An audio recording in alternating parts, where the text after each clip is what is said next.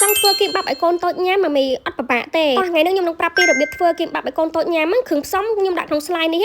អត់បាននេះសម្រាប់គ្រឿងផ្សំគោលគឺយើងមានសារាយរំបាយបែបបោះកូរ៉េនេះប្រទេសធំហើយនេះគឺវត្ថុតបនេះគឺងាយស្រួលរុំម៉ាមីគឺជាប្រភេទប្រទេសអាស័យរុំគីមបាប់នឹងចង់ធ្វើគីមបាប់ឲ្យមានរសជាតិឆ្ងាញ់យើងត្រូវប្រឡាក់បាយយើងសិនណាបាយសយកបរិមាណតិចច្រើនតាមចំណង់ចំណូលចិត្តគឺយើងបន្ថែមទឹកស៊ីអ៊ីវបន្តិចប្រេងល្ងក៏អត់ភ្លេចដែរយើងដាក់ច្បល់បន្តិចតែខ្ញុំមានតែប្រភេទសាច់ផាត់អត់មានប្រហិតទេខ្ញុំអត់ប្រើប្រហិតចឹងព្រោះខ្ញុំប្រើឲ្យកូនតូចកូនខ្ញុំអត់សូវញ៉ាំអីផ្ដេសផ្ដាស់ទេហើយខ្ញុំក៏អត់មានហត់ដុកបកូនក្មេងដែរអញ្ចឹងគឺខ្ញុំដាក់សាច់ផាត់ហ្មងទៅសារាយរំបាយបោះកូរ៉េមកមីប្រទេសធំអញ្ចឹងណែនាំសម្រាប់កូន10ខែទៅញ៉ាំបានហើយនេះរុំចាស់ឃើញទេប្រទេសអាស័យដាក់ទៅឡើងអែមហ្មងមួយសារាយនឹងគឺយើងយកបាយរបស់យើងនេះយកមក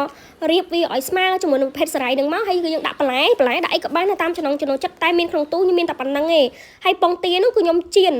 នហើយគឺខ្ញុំហាន់ប្រទេសបែបហ្នឹងគឺងាយស្រួលឲ្យយើងរុំអញ្ចឹងណាម៉ាមីអញនិយាយបានថានេះលើកដំបូងរបស់ខ្ញុំដែរណាប៉ុន្តែប្រទេសអាស័យស្រួលប្រើរបស់គេហើយនេះអ្វីខ្ញុំរុំខុសម៉ាមីយោនិយាយទៅលើកដំបូងអានេះខ្ញុំថាបបពិសោធន៍ហើយម៉ាមីមើលក្នុងវីដេអូខ្ញុំដឹងតែចេះរុំហ្មងហើយនេះឥឡូវគឺខ្ញុំចាប់ដើមរុំត្រូវណារុំការរុំវារុំបែបនេះខ្ញុំមិនមែនជាអ្នកអាជីពទេប៉ុន្តែគ្រាន់ថាខ្ញុំចូលចិត្តឆ្នៃអីឲ្យកូនញ៉ាំអញ្ចឹងណាចេបជប់ហ្នឹងឃើញអត់ចេញមករៀងឡើងស្អាតហ្មងខ្ញុំចូលចិត្តបើសម្រាប់ការយើងធ្វើគីមបាប់នេះម៉ាមីគឺត្រូវជ្រើសរើសកបិតឲ្យមុតណាព្រោះដោយសារយើងកាប់គីមបាប់ហ្នឹងទៅបើសិនជាកបិតអត់មុតទេគឺបែកគីមបាប់យើងហ្នឹងហ្មងអត់ស្អាតទេហើយនេះគឺ final look គឺខ្ញុំធ្វើបានហើយមកប្រទេសហ្នឹងគឺបានប៉ុណ្្នឹងនៅសល់2ដុំទៀតអាគូតរបស់វាម៉ាមីមុននឹងឲ្យកូនញ៉ាំខ្ញុំប្រើជាមួយនឹងទឹកប៉េងប៉ោះជ្រលក់បន្តិចដើម្បីរសជាតិឆ្ងាញ់អញ្ចឹងតែនឹងសម្ភារៈនេះម៉ាមីអាចរកបាននៅក្នុង page Leasing Baby Shop បានណា